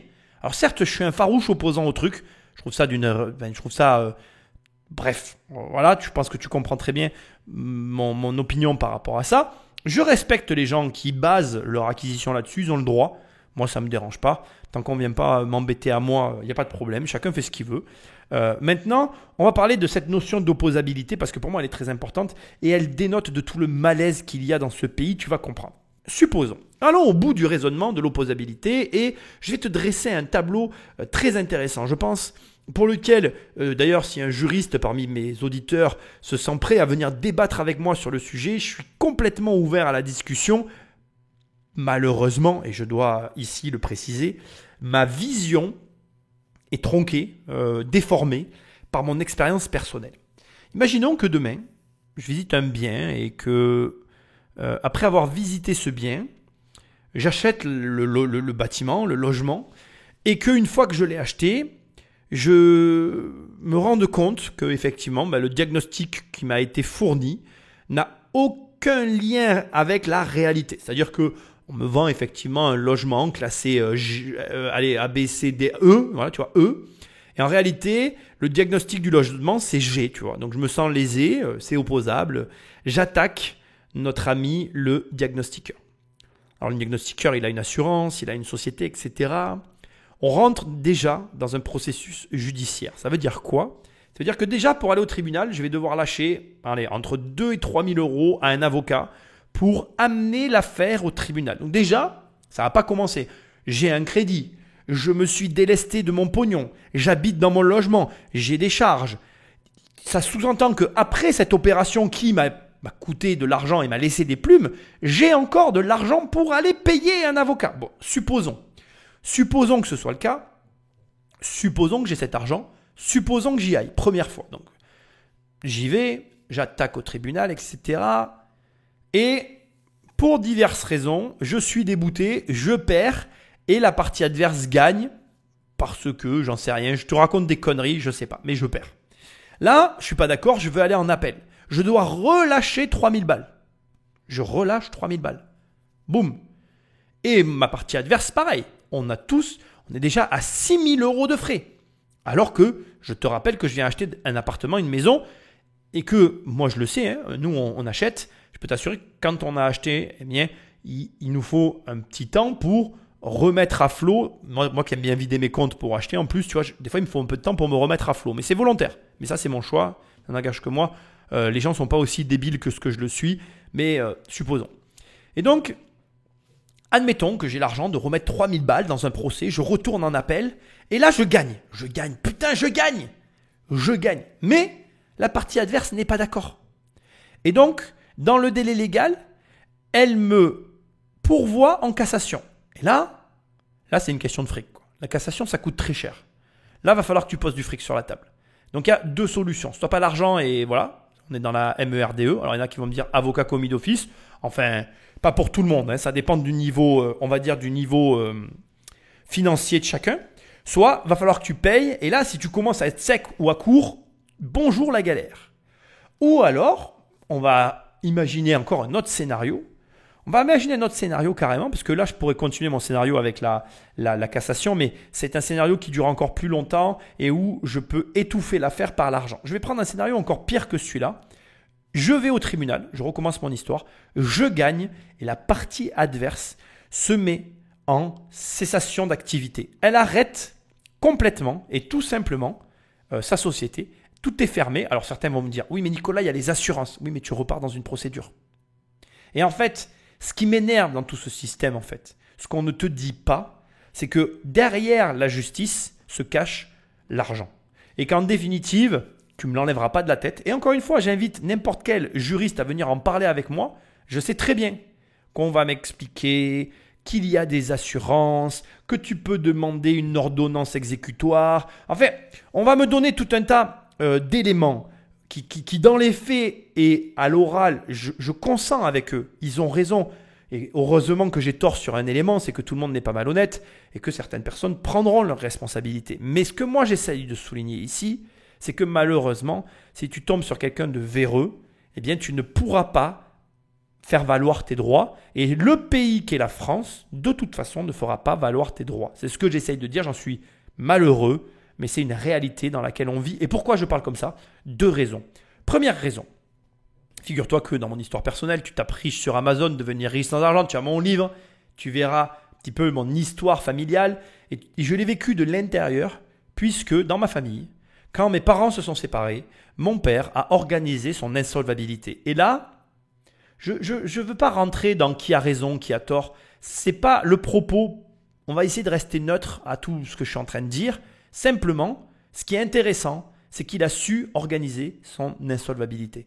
Et ça, c'est un facteur que certaines personnes savent très bien faire et qui fait que pour la partie lésée, si tu es en face de quelqu'un qui est en capacité d'organiser son insolvabilité et qui fait tout pour que de toute façon tu n'aies rien, et crois-moi, ça existe, je le vois encore, je n'en parlerai pas ici parce qu'après, je vais parler de certains de mes clientes, tu m'as compris, ce que j'essaye de te dire, c'est simplement qu'on est dans des anomalies complètes d'un système qui ne permet pas aux personnes dans ces situations de trouver la solution qui les tirera d'affaire. Donc, la finalité, c'est que oui, comme on vient de le voir, 4 diagnostiqueurs vont venir chez toi. Oui, tu vas avoir 4 notes. Et oui, ce que je vais te dire n'est pas bien du tout, mais ils vont le faire de leur propre chef parce que chacun va prendre ses propres mesures. Ou alors, tu peux les influencer. Et oui, tu comprends très bien ce que je sous-entends. Ce qui veut dire qu'à l'arrivée, ce truc n'a ni queue ni tête. Et que, en définitive, c'est quoi qui nous emmerde? C'est pas le diagnostic technique. C'est pas les performances énergétiques dont on n'en a rien à foutre. Mais fais-nous un vrai diagnostic. Fais-nous un vrai diagnostic. Quand quelqu'un arrive à acheter un appartement rue d'Aubagne à Marseille, alors que l'immeuble est en train de s'effondrer, est-ce que le diagnostic répond à la question de est-ce que cet immeuble s'effondre? Non. L'immeuble répond à la question est-ce que le logement consomme? On s'en fout, bordel. Est-ce que quand quelqu'un va acheter un appartement rue d'Aubagne, le diagnostic des performances énergétiques répond à la question il y a des entrées d'eau sur tout le bâtiment, c'est en train de s'imbiber, tôt ou tard ça finira par s'effondrer? La réponse est non.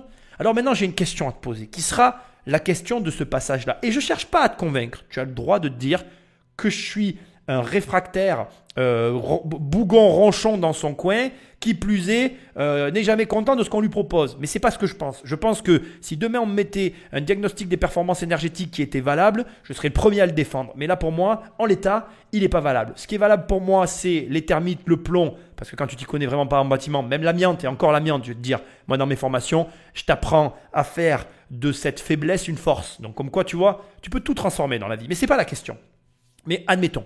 Mais encore demain, tu mets un diagnostic réel qui vraiment, pour les gens, leur propose, pour l'habitat finalement, une vraie expertise qui les oriente sur des éléments réels qui ont un impact concret sur leur vie, mais je serais le premier à le défendre. Mais là, on me sort des simagrées sur des trucs dont on n'en a rien à foutre et qui n'ont aucun intérêt en fait. Qui plus est, je pense que ce sera dit, tu fous ton appartement à Airbnb, boum, il n'y a plus de DPE. Tu vis dans ton appartement, boum, on n'en a plus rien à foutre. Bon, moi j'ai envie de te dire, qu'est-ce que vous nous faites chier les gars quoi. Pourtant je suis pas vulgaire, vous le savez, mais là, ça me gonfle tellement quoi, que j'ai envie de dire, mais lâchez-nous quoi, putain. C'est bon, dites-nous directement que sur chaque bien, il vous manque 1000 €, prenez-nous 1000 € de plus, et puis on vous les donne de bon cœur. De toute façon, on fait que ça, payer des trucs... et des trucs qui servent à rien. Je veux dire, les diagnostics, tu les lis. Écoute, de toute façon, je vais te dire, le repère, il est très simple. Les diagnostics, aujourd'hui, tu vas les lire le jour de ton achat, mais est-ce que tu les reliras? Non, tu les reliras jamais, en fait. Tu t'en fous, sois honnête. Moi, j'en ai combien des diagnostics? J'en ai plein mes placards. Tu crois que je les relis? J'en ai rien à brère. Mais quand je te dis rien, c'est rien. Voilà, c'est tout. Parce que c'est débile. Ça ne nous parle pas du plancher, ça ne nous parle pas de la toiture, ça ne nous parle pas de l'état, par exemple, des tuyauteries. Ça ne nous parle pas de ce qui est réellement intéressant. Je veux dire, ton bien, il est classé G. Encore une fois, je te le redirai tout le long de cette émission. Il a vu sur le Trocadéro à Paris ou sur les Champs-Élysées. Tu crois qu'il vaut rien, franchement? Tu crois vraiment qu'un appartement classé G, vu sur les Champs-Élysées, ça vaut 0? Mais les gars, atterrissez quoi. Pour constater l'ampleur du problème, nous avons testé un deuxième appartement. Ici encore, 4 diagnostiqueurs et 3 notes différentes. G, F et E. D'un côté, une passoire thermique interdite à la location dès 2025. De l'autre, un bien autorisé à la location jusqu'en 2034. Tu veux à combien? 160 €. Ça marche. Toutes ces interventions nous ont été facturées entre 90 et 250 € pour 45 minutes de présence en moyenne. Merci. Une rémunération intéressante qui peut aider les nouveaux venus à trouver la fibre du diagnostic. Quelqu'un vient chez vous, vous demande 350 €, qui passe 45 minutes. Moi, j'ai eu pas mal de futurs confrères qui m'ont appelé un jour en me disant bah, voilà, je suis intéressé par le métier du diag, et je dis qu'est-ce qui vous a attiré à ça, et qui m'ont fait une réponse ben voilà, il y a un gars qui est venu qui m'a pris 400 balles, il est resté 1 heure, ça a l'air bien. Je lui ai demandé comment on faisait pour être diagnostiqueur, il m'a dit que on se formait en un mois et demi, puis que c'était bon. C'est un petit peu l'Eldorado. Beaucoup de gens, il y a un gros turnover. Le secteur serait volatile et attirerait parfois des professionnels plus ou moins honnêtes. Nous allons découvrir que la fraude peut être directement commanditée par des entreprises. À Saint-Laurent-de-la-Salanque, tout près de Perpignan, Simon Chicot a travaillé 7 ans en tant que salarié pour une grande société, Bureau Veritas. Il gagne à l'époque 2000 € net par mois. C'était vraiment le Graal de rentrer chez Bureau Veritas, puisque voilà, ils ont quand même une image et une renommée internationale. Donc pour moi, c'était la boîte dans laquelle il fallait rentrer. Mais Simon Chicot déchante lorsqu'il s'aperçoit en 2018 que des collègues utilisent sa certification à son insu. Au total, plus de 3500 diagnostics que Simon n'a jamais réalisés. Alors on s'aperçoit par exemple pour l'été 2018 qu'il y a effectivement des missions qui ont été réalisées à mon nom avec là c'est ma signature, alors que c'est pas moi qui suis intervenu ni sur le terrain ni qui ai fait le rapport. On s'aperçoit effectivement que la fraude est décomplexée, puisque voilà, ils ont fait des rapports pendant que j'étais en congé. Sur la journée du 2 octobre, il y a 401 rapports qui ont été faits sur différentes communes, donc à Montpellier, à Saint-Thibéry, à Paulhan, à Clermont-Lérault. Enfin voilà, techniquement c'est impossible. Simon Chicot aurait donc été le plus productif de son entreprise malgré lui. Mais le plus grave, c'est qu'une grande partie des diagnostics faits en son nom seraient truffés d'erreurs. Par exemple, sur un appartement de 52 mètres carrés qui a été réalisé à Béziers, l'appartement a plus de 15 fenêtres, il a une surface chauffée de 1692 mètres carrés alors qu'il fait que 52 mètres carrés. Donc voilà, moi c'est une atteinte à mon honneur, puisque voilà, j'ai des rapports qui engagent ma responsabilité, avec mon nom, ma signature, avec des contenus qui sont totalement erronés. Donc voilà, moi ce que j'ai demandé, c'est qu'ils soient annulés. Pour faire annuler ces interventions signées en son nom, le jeune diagnostiqueur a fait appel à un avocat spécialisé dans le droit du travail. Bonjour Maître Cambon. Bonjour. Bonjour. Bureau Veritas a reconnu l'utilisation frauduleuse de la signature de Simon et de ses certifications, C'est ça. mais n'a jamais invalidé les 3576 diagnostics à son nom. Et le jugement des... Il me semble que le bon sens, une fois que la société a eu cette décision, c'est d'enlever ces faux rapports et de vite envoyer des vrais diagnostiqueurs immobiliers, faire de nouveaux rapports, sans bien sûr facturer le client et tout remettre dans l'ordre. Or, rien n'a changé. C'est fou. Simon Chicot a porté plainte au prud'homme. La société a été condamnée à lui verser 85 000 € de dommages et intérêts. D'après Bureau Veritas, il s'agirait d'un cas isolé et les personnes mises en cause ne feraient plus partie de l'entreprise. Mais c'est une blague, hein, mais franchement. Alors, juste pour ton information, hein, 3500 diagnostics à 350 € le diag. Ça fait 1 225 000 €. Mais allez, soyons fous. Hein. 3500 diagnostics à 200 € le diag. On prend le milieu, tu vois. Ça fait 700 000 €. Ils lui ont donné 85 000 € de dommages et intérêts. Mais le foutage de gueule. Et l'avocat, oui, bon, ils les ont pas retirés. C'est étrange. Hein. Mais tu es avocat ou pas? Tu sers à quoi, toi, en fait? Je t'avoue que je suis un petit peu en colère. Je suis un petit peu en colère parce que moi, je suis sur le terrain et je vois tout ça. Je le vois depuis longtemps. Je vois depuis très longtemps, en fait, que, aujourd'hui, il y a ceux qui ont compris qu'en fait, on n'était plus du tout dans un droit qui s'appliquait à tout le monde et qu'on n'était pas non plus du tout dans un système à 2 vitesses comme certains veulent bien te le faire croire, en fait. Il n'y a pas, d'un côté, les gens riches qui ont accès à des trucs magiques qui font qu'ils sont intouchables et de l'autre, nous, le peuple, qui subissons. Non. En fait, c'est encore plus simple. Il y a ceux qui ont compris qu'en fait, il n'y a personne. Tu sais, c'est un peu comme à l'école. Quand si tu te fais prendre au contrôle pendant que tu triches, tu vas être puni. Sauf que pendant le contrôle, il n'y a personne. Donc en fait, dans le contrôle, il y a ceux qui vont pas tricher parce que comme a dit le salarié, et c'est tout à son honneur d'ailleurs, c'est le cas de le dire, j'ai un honneur et moi je veux que ce soit bien fait. Donc il y a ceux qui, j'en sais rien, par acquis de conscience, parce que en même temps, je dis j'en sais rien parce que la société française ne véhicule rien, quoi. Enfin, je veux dire, c'est le néant. On t'apprend pas à aimer ton pays, on t'apprend pas à aimer la justice, on t'apprend pas à aimer l'argent, on t'apprend pas à respecter. Enfin, on t'apprend rien dans ce pays. Hein. Si tu m'excuses, hein, tu vas te dire mais qu'est-ce que tu fous là encore? On dirait que tu détestes la France. Je déteste pas la France. J'aime la France pour ce que j'y ai vécu et je n'adhère plus du tout au projet actuel. Voilà, j'avoue que les années passent et maintenant que j'ai une fille, c'est pire. Je ne suis plus du tout... déjà que j'étais en instance de divorce, je crois que c'est consommé, le divorce. Et donc c'est vrai que j'ai pas envie de partir parce qu'encore une fois, je tiens à le préciser, je maintiens qu'on est dans un pays où il y a plein d'opportunités pour les mêmes raisons que celles que je suis en train d'évoquer. C'est d'ailleurs tout le paradoxe de la situation. Mais où en même temps, donc c'est ce que je voulais te dire, il y a ceux qui osent et qui se rendent compte que, en fait, ils ont fait ça, ils se sont pas fait prendre. Alors tu vas me répondre, et tu auras raison. Oui mais attends, le jour où ils vont se faire prendre, ils vont se prendre une grosse clacasse dans la figure. Oui mais si c'est au bout de 10 ans, ils ont fait fortune, quoi. Et c'est tout le fond du problème en fait.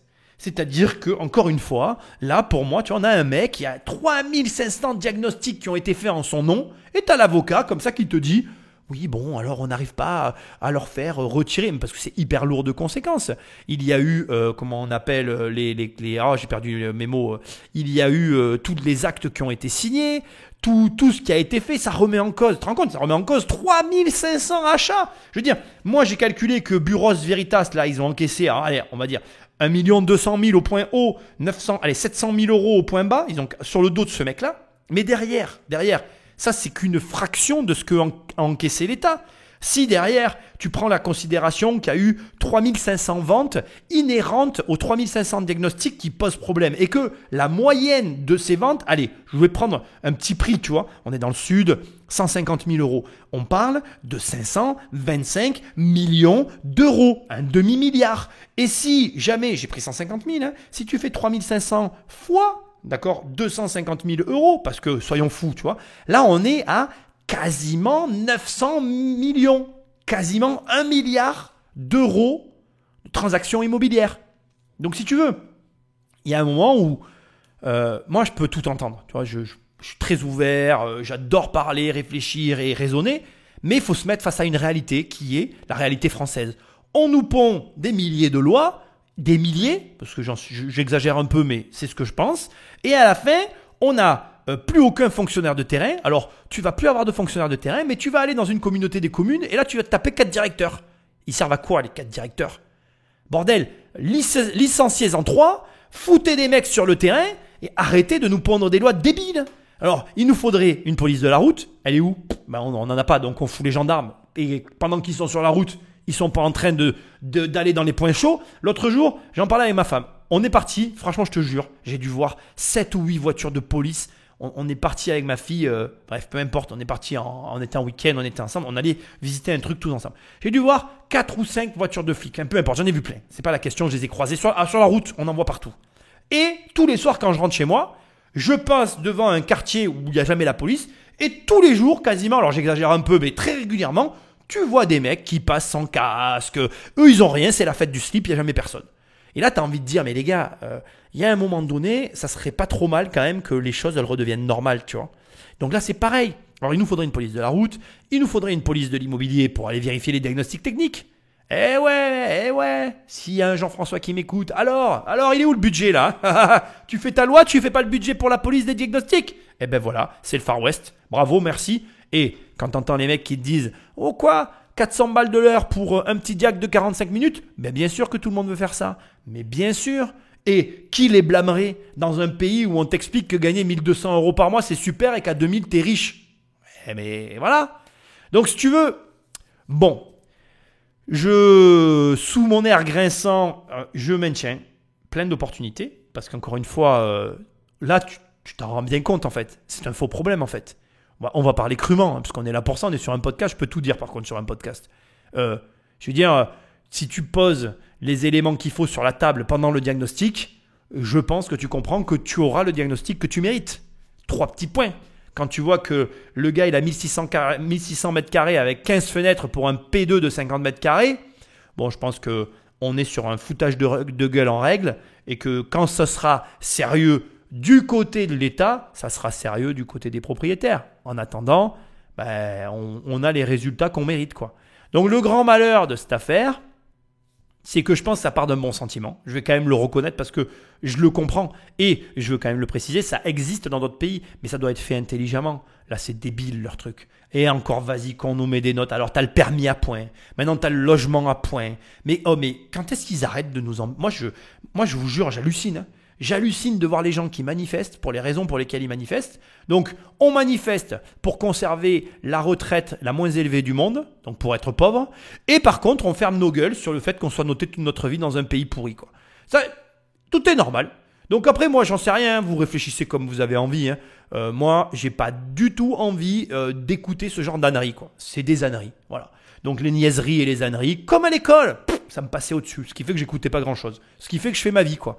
Je ne suis pas un exemple, j'ai sans doute pas raison dans mes propos, mais là, je suis quand même content. On a une émission qui nous montre une réalité qui est trop souvent tue dans les métiers de l'immobilier, à savoir que les diagnostics des performances énergétiques, c'est vraiment de la masturbation cérébrale. Alors, chacun fait ce qu'il veut. Si tu aimes te masturber le cerveau, continue mon ami, ça te fera du bien. Moi, personnellement, je ne mange pas de ce pain-là. Des diagnostics frauduleux, encore sur le marché, des documents truffés d'erreurs. Les enjeux financiers sont tels que certains DPE sont parfois trafiqués par les propriétaires eux-mêmes. C'est ce dont nous nous sommes aperçus en tant que journalistes pour notre propre appartement. À titre personnel, j'ai demandé à mon propriétaire de diagnostiquer mon appartement et voilà ce que j'ai reçu. J'étais assez étonnée par le résultat. Ici, mon DPE fourni par mon propriétaire qui souhaite augmenter mon loyer. Il affiche la lettre E. Pascal Clerc va nous révéler une astuce pour vérifier si le document est... Ici, mon DPE fourni par mon propriétaire qui souhaite augmenter mon loyer. Il affiche la lettre E. Pascal Clerc va nous révéler une astuce pour vérifier si le document est authentique. Comment je fais, moi, pour vérifier que ce soit le bon résultat? Alors, vous prenez le numéro DEM qui est là, qui authentifie ce document. Donc, chaque DPE a son propre numéro d'identification créé par le diagnostiqueur. Donc là, on va sur un autre site qui s'appelle l'Observatoire du DPE. Le site de l'Agence de la transition écologique référence tous les DPE envoyés par les diagnostiqueurs. Depuis 2020, ces données sont publiques. Pour vérifier l'authenticité de votre diagnostic, il suffit de rentrer son numéro d'identification. Donc là, on a un résultat. Eh bien, celle du 2102, c'est bien un appartement de 76 mètres carrés, parce qu'il peut y avoir plusieurs appartements à cette adresse le même jour. Et donc, l'étiquette, donc qui est enregistrée à l'ADEME, 368 en classe F. Ça, c'est ce qui est enregistré à l'ADEME. Donc la vraie réalité, elle est là. Et là, vous avez une autre donnée. Donc, vous êtes à 316 en étiquette énergétique en classe E. Donc, de toute évidence, ça, c'est un montage. Il a magouillé, quoi. Pour faire un copier-coller, transformer ça en image. Et pour pouvoir, je pense, vous augmenter votre loyer, il vous a mis en E. Mais la vraie note, c'est celle-là. Si en tant que locataire, vous recevez une image, méfiez-vous. Il y a anguille sur roche. Mon propriétaire le sait. Depuis le 24 août 2022, les loyers des biens F et G sont gelés. Avec ce faux DPE, il aurait ainsi pu augmenter illégalement mon loyer de 5%. Il y a finalement renoncé. Le DPE donne aujourd'hui des sueurs froides aux propriétaires. Et donc, bien évidemment, on finit avec un faux usage de faux qui montre qu'on est vraiment dans un Far West. D'abord parce que tout le monde a accès aujourd'hui à des logiciels de montage. Donc là, on se retrouve avec un diagnostic classé E au lieu de F. Parce que comme ça a été dit ici, les F et les G sont gelés suite à la situation nouvellement décidée par le gouvernement. Et le grand malheur, mais encore une fois, ça me catastrophe de voir la rhétorique de ce pays. Le niveau intellectuel est tellement bas que c'est triste. Enfin, c'est catastrophique en fait. La journaliste est toute fière de montrer qu'elle a un propriétaire qui a fait un faux usage de faux. Le numéro des DPE, j'espère que tu étais au courant. Sinon, je suis vraiment désolé pour toi. Mais bon, voilà, c'est de notoriété publique dans les métiers de l'immobilier. Tu sais que ce genre de numéros existent et qui sont reportables. Moi, j'en ai tellement rien à brère des DPE. C'est vrai que si je ne suis pas un bon exemple là-dessus, mais c'est quand même de notoriété publique. Et là où je veux en venir, c'est pas là. C'est alarmant en fait. Toute la responsabilité repose sur l'État de son choix et de son ingérence complète de la situation. On est dans un pays où, je le rappelle, on est soi-disant, ou alors on nous ment. Après, c'est toujours pareil. Des informations que je m'apprête à te révéler, soit c'est un gros mensonge, et alors on est manipulé du début jusqu'à la fin, et dans ces cas-là, comme je te dis des mensonges, comme on nous dit des mensonges, moi aussi du coup je te dis des mensonges, et tout n'est que mensonge, soit c'est la vérité, et donc on est tous des débiles qui joyeusement se reproduisons entre nous, quoi. Donc en gros, écoute bien, moi je sais pas, depuis des années l'État dit on n'a pas assez de logements, on est en sous-production de logements, c'est catastrophique. Mais tiens, si j'allais restreindre encore le marché de l'immobilier. En fait, on fait chier les propriétaires. Donc le gars, au bout d'un moment, ils vont vendre, ils vont tous vendre. Et puis il n'y aura plus de locataires dans le parc privé. Sauf que le parc privé, c'est une soupape de sécurité qui permet aujourd'hui à l'État de faire le travail qu'il ne fait pas. Donc déjà qu'il n'est pas foutu de faire son job, j'imagine la catastrophe si l'État devait reprendre en charge la totalité du parc privé. Mon Dieu. On rigolerait, remarque. Hein. Là, on la verrait, la vérité. On verrait l'incapacité générale. Moi, je me marrerais. Hein. Là, tu verras que les notes, elles disparaîtront. Hein, parce qu'ils ne se tireront pas une balle dans le pied. Hein. C'est là que ça devient ironique. Et c'est pour ça qu'en fait, je suis agacé. Parce qu'au lieu d'avoir des journalistes qui dénoncent, qui disent, voilà, le truc ne marche pas, c'est bidon. Regardez, tout le monde triche, tout le monde fait n'importe quoi. Personne n'y comprend rien. Même les professionnels entre eux, c'est le bordel. Faudrait arrêter. on vous dit ça, mais parce qu'on le constate dans les faits. Non. C'est les propriétaires, c'est toujours le méchant propriétaire. Mais moi, franchement, je suis ravi en fait. Je vais vous dire un truc, je suis hyper heureux de tout ça. D'abord parce que, qu'est-ce qui va se passer ? Ça va accentuer les déséquilibres, ça va accentuer les choses. Ça veut dire que les mecs comme moi, on va continuer d'acheter. On va continuer parce qu'on sait faire. Il n'y aura pas de problème. Les gars comme ça vont devenir plus gros. Il ne va plus y avoir de petits propriétaires. Alors là, vraiment, c'est les plus grands perdants. Ceux-là devraient aller manifester. Parce que combien il y a de propriétaires, comme on a vu au début de l'émission, qui font de la location pour compléter. Quand le mec te dit au début de l'émission, ça me permet de payer l'EHPAD de ma mère. Non mais attends, on parle de la dignité d'un homme. C'est la mère qui, elle, a dû travailler toute sa vie parce que la génération de sa mère, elle bossait. Attention, c'est pas la génération d'aujourd'hui qui, à coup de RSA, allongé sur la table, se dit « Ah là, c'est compliqué de trouver du travail ». Non, c'est pas ça. À cette époque-là, ils bossaient les mecs. D'abord, ça n'existait pas tout ça, donc du coup, ils n'avaient pas le choix. Bref, ne restait que ce qui travaillait. Et du coup, on a cette génération-là qui a bossé. Le mec paye la maison de retraite de sa mère avec son loyer. Ce gars-là, ces gens-là vont plus pouvoir garder leur logement parce que, en fait, si tu veux, c'est comme tout. Moi, je le vois. Quand tu es petit, voire même moyen, tu es fébrile en fait. Ton parc locatif, il est très très dépendant finalement de son taux de remplissage, de la situation générale, etc. Et le grand malheur, c'est que, en définitive, les petits propriétaires, dès qu'ils ont de la vacance, dès qu'ils ont le moindre problème, ils se le prennent en pleine gueule et ils ne peuvent pas s'en sortir. Alors qu'un multipropriétaire, il peut absorber les problèmes. Et encore que je te dirais qu'il y a des tailles à partir desquelles c'est plus ou moins simple. Enfin, bref, passons. Donc ce que j'essaye de te dire, c'est que tout ça là, tout ce blablatage qu'ils sont en train de faire à taper encore sur les propriétaires, c'est toujours la même chose. C'est dans le but de polariser, de véhiculer une image de merde qui est idiote. Parce que le problème, c'est pas les propriétaires, le problème, c'est pas les locataires, le problème, c'est l'État avec ses idées débiles. Voilà, c'est tout. Alors après, tu peux ne pas être d'accord avec moi. Personnellement, je m'en fous. Comme je te le dis, moi j'ai commencé à acheter, il n'y avait pas de DPE, j'avais réussi à acheter des biens et à faire des affaires. Les DPE sont arrivés, j'ai continué d'acheter, j'ai fait des affaires. Les DPE aujourd'hui, ils cassent les bonbons encore plus qu'avant. Ça ne m'empêchera pas de continuer de faire des affaires. C'est tout. Quand certains sont dans l'impasse et décident de vendre, d'autres en profitent pour faire des affaires. Ces sociétés s'appellent Mastéos, Ever Invest ou encore Investissement Locatif et vous proposent d'investir clé en main dans des passoires thermiques. Leur promesse, vous faire acheter des biens défraîchis pour les rénover intégralement, puis les mettre en location. Travaux, amélioration du DPE, ameublement, ces entreprises s'occupent de tout à votre place et empochent au passage une commission fixée entre 6 et 8,5%.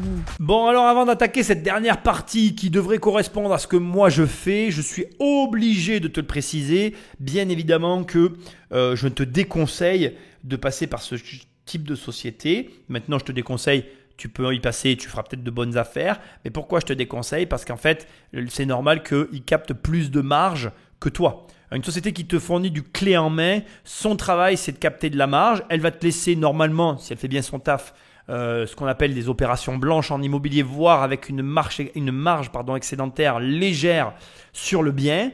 Mais le grand malheur de ce genre d'entreprise, c'est que la valeur, elle est captée en partie par elle. Mais c'est tout à fait logique. J'ai aucune critique à formuler là-dessus.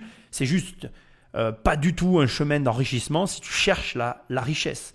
Maintenant, si tu m'écoutes, que tu es un investisseur, qui a un travail prenant, que tu ne veux pas te prendre la tête, que tu as envie de éventuellement placer ton argent en le diversifiant et en ne cherchant pas à générer un revenu secondaire, ça peut être une alternative pas inintéressante. Maintenant, je cache avec toi, c'est pas du tout, mais alors du tout des trucs que ni je conseille, ni je préconise. Chacun son taf, c'est très bien. Ils ont aussi une clientèle qui n'est pas la mienne. Moi, j'apprends aux gens à gagner de l'argent. C'est logique de comprendre qu'ils captent de la valeur. Personne ne travaille pour zéro. À toi de l'accepter et de le faire en connaissance de cause. Dis-toi qu'ils prennent de la marge partout. Et que pour moi, le business model de ces gens-là est obscur. Je m'explique. Moi, je vais oser en parler. J'ai déjà fait une émission là-dessus, il me semble. Nous, on le voit. On travaille avec des sociétés comme ça. Donc, je ne te dirai pas pour lesquelles je travaille parce que, bien évidemment, mon but, c'est pas de casser du sucre sur le dos des uns et des autres. Mais ces gens-là nous contactent parce que quand on a des affaires, ils viennent les prendre chez nous et ils les revendent plus cher. Donc, ils prennent une com. il marge sur les produits, il marge sur les travaux. Crois-moi que je dis pas qu'ils ne te font pas gagner de l'argent. Je dis qu'ils captent une grosse partie de la valeur qu'il y a à capter sur le bien qu'ils ont. Et crois-moi aussi, c'est certain que moi, l'option que je te propose, elle te demandera un peu plus de travail que de t'asseoir devant un bureau et de parler avec un mec comme ça. Mais à l'arrivée, tu auras beaucoup plus d'argent que si tu passais avec des mecs comme ça. En région parisienne, Mickaël Zonta et Manuel Ravier sont les fondateurs d'investissements locatifs. Ils sont à la recherche d'une passoire thermique pour faire une bonne affaire. Bonjour. Bonjour Chloé. Enchantée. Chloé Lescaut, ça va et vous? Bonjour, ça va? Enchanté. Ça va, ouais. Donc du coup, alors, je vais vous présenter mon appartement qui est situé dans cette résidence-là.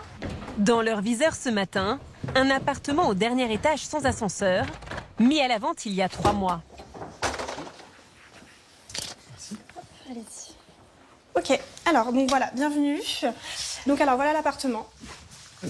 Donc il fait une surface de 60 mètres carrés au sol. D'accord. Et 30 en carrez. Ok. D'accord. Donc là, vous avez du coup le coin séjour ici. Voilà. Salle à manger, séjour. Cela peut surprendre de les voir s'intéresser à un bien mansardé. Car la rénovation des appartements situés sous les combles ne serait pas toujours une bonne affaire. Sauf si on peut les négocier à prix cassé. C'est exactement ce que vont tenter de faire les 2 entrepreneurs. Donc là, vous avez la chambre. Donc on est sur une surface à 10 mètres carrés au sol. Aussi. Okay. Voilà. Ok. À première vue, qu'est-ce que vous pensez du bien, Mickaël? Le point positif, c'est qu'on a beaucoup de sources de lumière. C'est ce que j'aime bien dans l'appartement. Il y a quelque chose qui me choque un peu. Alors, ça sent un petit peu et le renfermé et un petit peu l'humidité. Ouais. Et je voudrais potentiellement savoir plus sur les DPE. C'est une passoire thermique ou pas? Alors, oui, en effet, on a un très mauvais DPE. Ouais. Le bien est classé F. Cela pourrait être une mauvaise nouvelle, mais c'est en réalité une aubaine pour Mickaël, qui se sent en position de force pour négocier. Voilà, donc je vous en prie, hein, allez-y. Bon, là, ce que je vois, c'est qu'il n'y a pas de VMC. Ouais, il n'y a pas du tout de grille d'aération.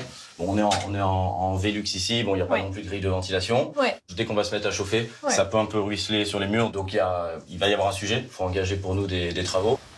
Ici, Mickaël déploie une stratégie vieille comme le monde. Lister tous les points négatifs de l'appartement. Donc alors, au niveau des fenêtres, on est sur de l'ancien double vitrage. Ouais. D'accord. Je vais regarder. Bon, pas de grille de ventilation ici non plus. On est sur de l'ancien double, c'est en bois. Ouais, bon. C'est ça. Les équipements n'ont pas été changés depuis au moins 10 ans. Ouais. On est sur des très très vieux modèles que je connais pas du tout. Et donc il y a une... Oui, c'est des vieux modèles, ouais. En effet. C'est ce qu'on appelle communément des grille-pains. Des grille-pains, c'est souvent le cas dans les passoires thermiques. C'est ça. Ce sont les chauffages qui sont les moins chers en fait à l'achat, mais c'est pas efficient en termes d'énergie, donc on va devoir les changer également. Ouais. Le prix de l'affichage, c'était quoi? Là, on est au prix de 125 000 €. 125 000 €. Pour nous, on a fait nos calculs, c'est beaucoup trop haut. Nous, il faudrait arriver à obtenir une négociation à 95 000 € sur ce bien. Parce que, au total, c'est environ 35 000 € de travaux qui sont nécessaires pour le transformer et annuler le fait que ce soit une passoire thermique. Ouais. Alors, moi, ce que je vous propose, c'est éventuellement de faire votre proposition. Et puis, moi, écoutez, je la défendrai au mieux. Mais voilà, je pense, attendez-vous quand même à une contre-proposition parce que votre proposition est quand même assez agressive, là, pour le coup. Chloé le sait, il est difficile de vendre un appartement qui affiche un mauvais DPE. Donc voilà. Si ce bien n'avait pas été une passoire thermique, il serait évalué aujourd'hui à 140 000 €. Ce qui bloque, c'est le DPE, en fait, nos investisseurs qui ne veulent pas, en fait, même pas visiter, hein, parce qu'en fait, le DPE est trop mal classé, quoi. Oh là là là là, mais c'est nul, oh, c'est même pas du cinéma, c'est bidon, en fait, c'est bidon. Alors, écoute, tout ce que tu viens d'entendre, je sais même pas, il faut jamais faire ça.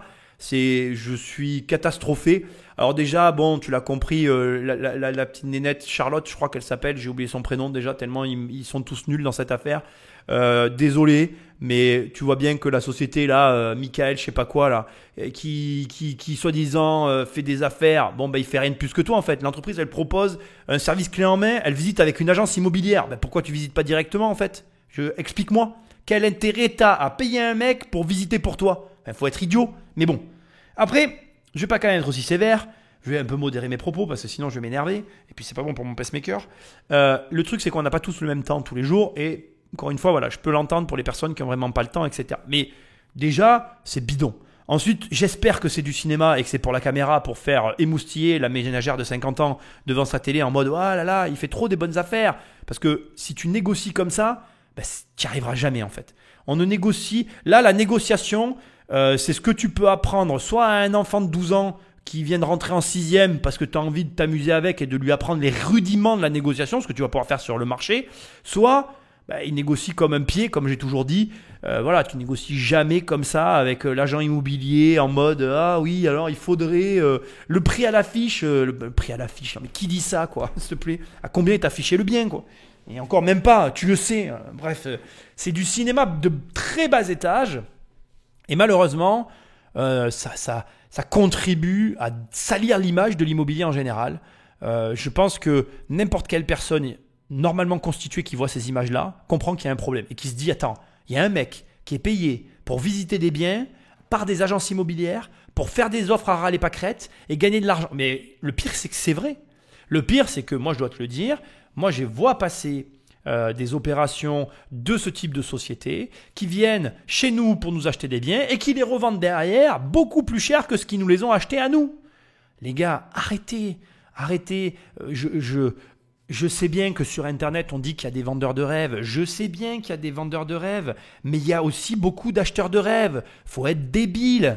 Alors, je ne veux pas critiquer le travail de ce garçon, de ces deux gars-là que je ne connais pas non plus, qui font sans doute sûrement du très bon travail, j'imagine assez bien. Mais au demeurant, il y a en définitive plusieurs profils. Soit tu travailles 35 heures par semaine. Dans ces cas-là, tu sais ce que j'en pense, tu ne travailles pas. Et tu te bouges les petites fesses et les petites mimines et tu vas aller acheter des biens et tu te débrouilles. Soit tu travailles comme moi 100-120 heures par semaine et dans ces cas-là, je peux accepter que tu passes par des mecs comme ça parce que tu as énormément de taf et que tu n'as pas le temps de faire. Et là, ces gens-là sont voilà, je sais le reconnaître, hein, ils ont une utilité parce que tu dois investir dans l'immobilier et là-dessus, je les remercie de faire avancer les mœurs dans ce genre de processus parce que effectivement, il y a des personnes qui ont trop de travail pour pouvoir prendre le temps de chercher des affaires. Mais après, sorti de ces deux configurations-là, dans tous les autres cas de figure, tu n'as aucune excuse, quoi. Maintenant, dernière option, tu veux devenir riche. Si tu passes par des mecs comme ça, tu n'as rien compris au film.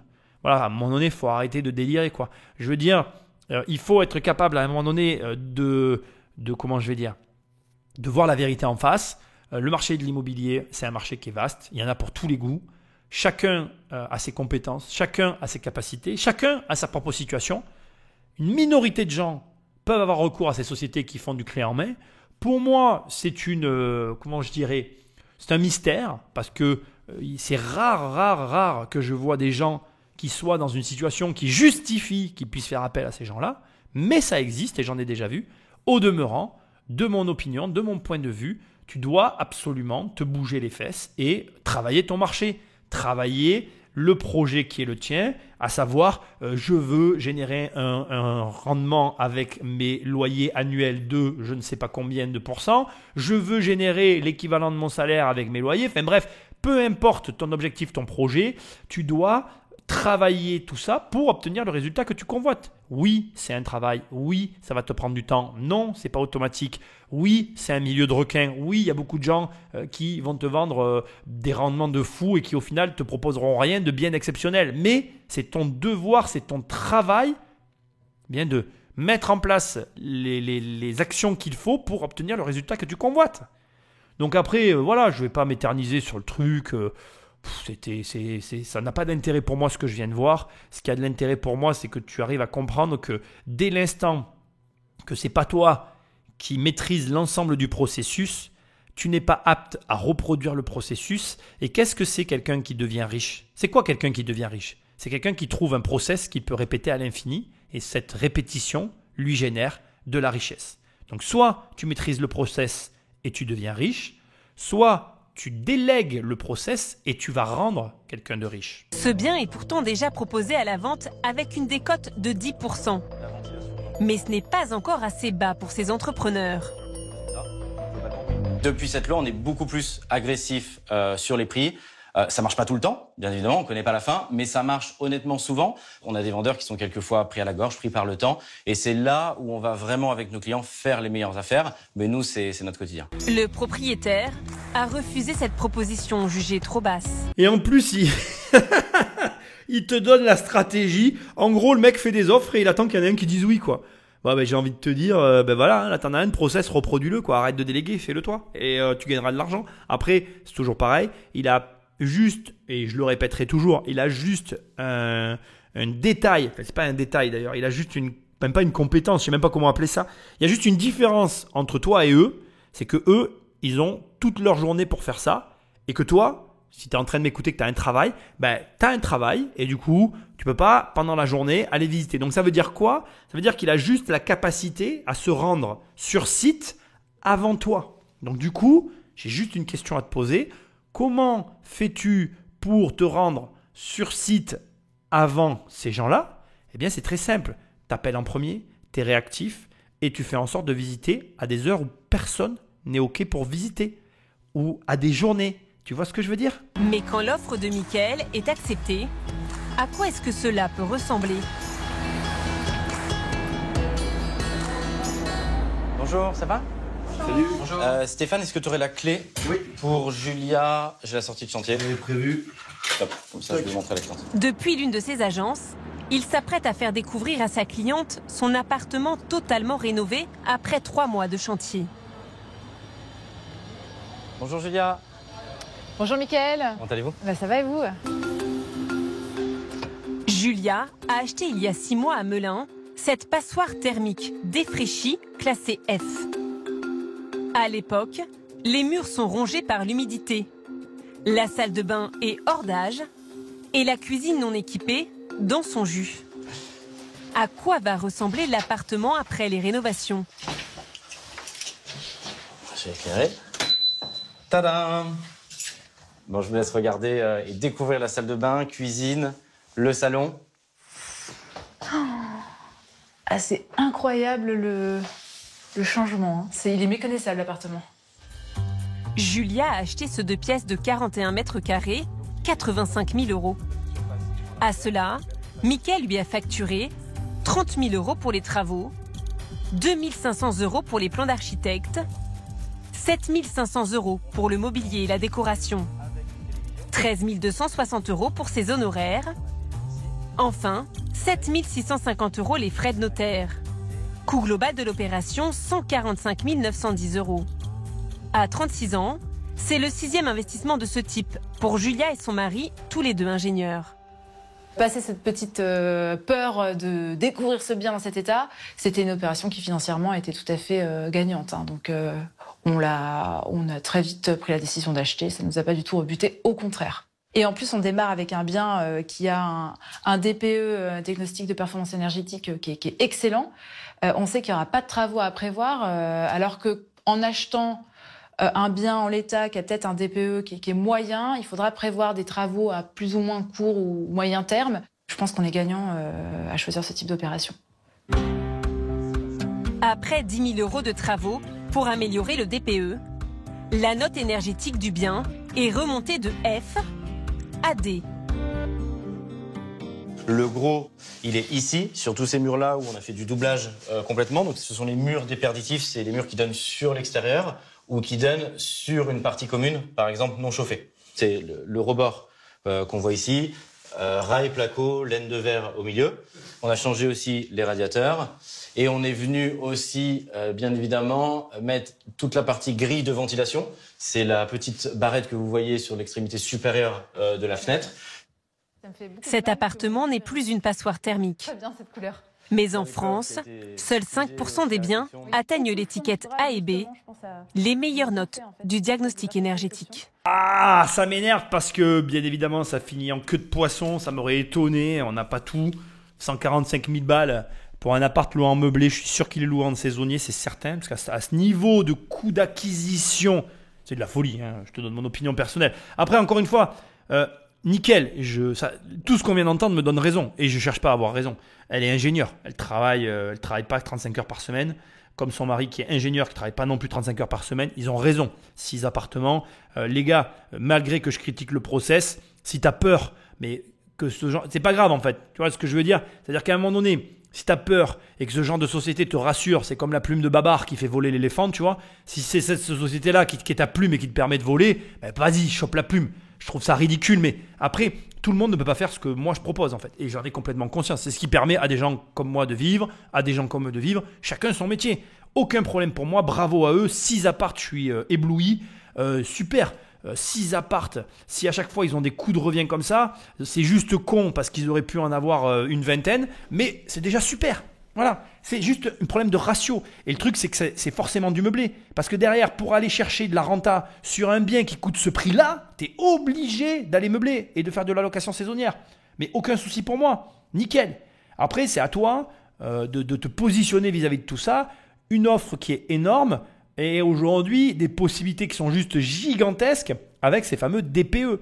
Maintenant, il faut faire hyper attention à ce qu'on est en train de vivre parce que c'est un moment quand même, j'ai envie de dire, charnier.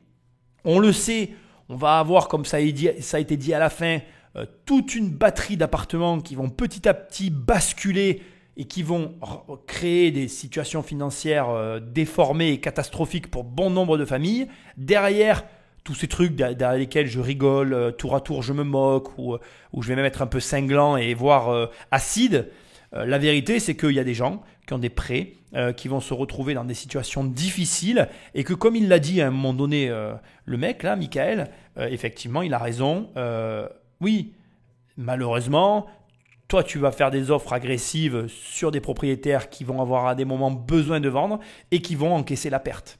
Voilà. Alors attention, hein, ça fait pas que ça signifie pas en fait que c'est une économie comment on appelle à somme nulle. Hein. C'est pas parce qu'il y en a un qui gagne que l'autre perd que l'économie elle est entièrement comme ça. Hein. Surtout en immobilier puisqu'il y a de la création de valeur quand tu construis. Mais bon bref, tu m'as compris. Ce que j'essaye de te dire, c'est simplement que ici il faut retenir le fait que bon, mais d'abord c'est possible parce qu'au final elle a quand même rénové un appartement passeur thermique et elle l'a rendu valide. À quel prix? Bon, on pourra en débattre, mais c'est fait quand même. Donc d'un point de vue gouvernemental, j'ai envie de dire objectif atteint pour une personne. C'est le début, hein. Il faut commencer par un dans la vie, hein. C'est toujours très bien. Après, indépendamment de tout ça, le DPE pour moi reste un truc idiot et anecdotique avec lequel on est obligé de composer. Malgré tout, j'ai ce discours, mais je veux que tu saches que j'y suis vigilant et j'en reste pas moins, comment je dirais, attentif et comment je dirais, conscient des enjeux, et donc je joue avec les règles qu'on m'impose et je continue de te le dire, il y a énormément de bonnes affaires, énormément, mais on négocie pas comme ces deux-là, qui négocient pas du tout comme il faut négocier. La négociation, c'est pas ça. Donc après, si tu veux, moi, je suis pas là pour t'apprendre, enfin, cette émission est pas là pour t'apprendre la négo. La négociation, je la prends dans le programme 1 million, donc il y a vraiment tout un module de négociation, et crois-moi que, voilà, négocier avec une agence, si c'est pour faire ça, tu as besoin de personne. Ensuite, par contre, là où il y a une valeur ajoutée que tu vas devoir développer qui est certaine, c'est les travaux. Et ça, c'est une certitude que les travaux, c'est un vrai sujet qui est relativement complexe à gérer. Parce que là, je peux t'en parler, puisque nous, on a des devis actuels. Les prix ont littéralement explosé. On est dans des tarifs qui n'ont plus qu'une commune mesure avec la réalité. Et ça rend les choses difficiles à gérer parce que tu peux vite te viander sur une opération.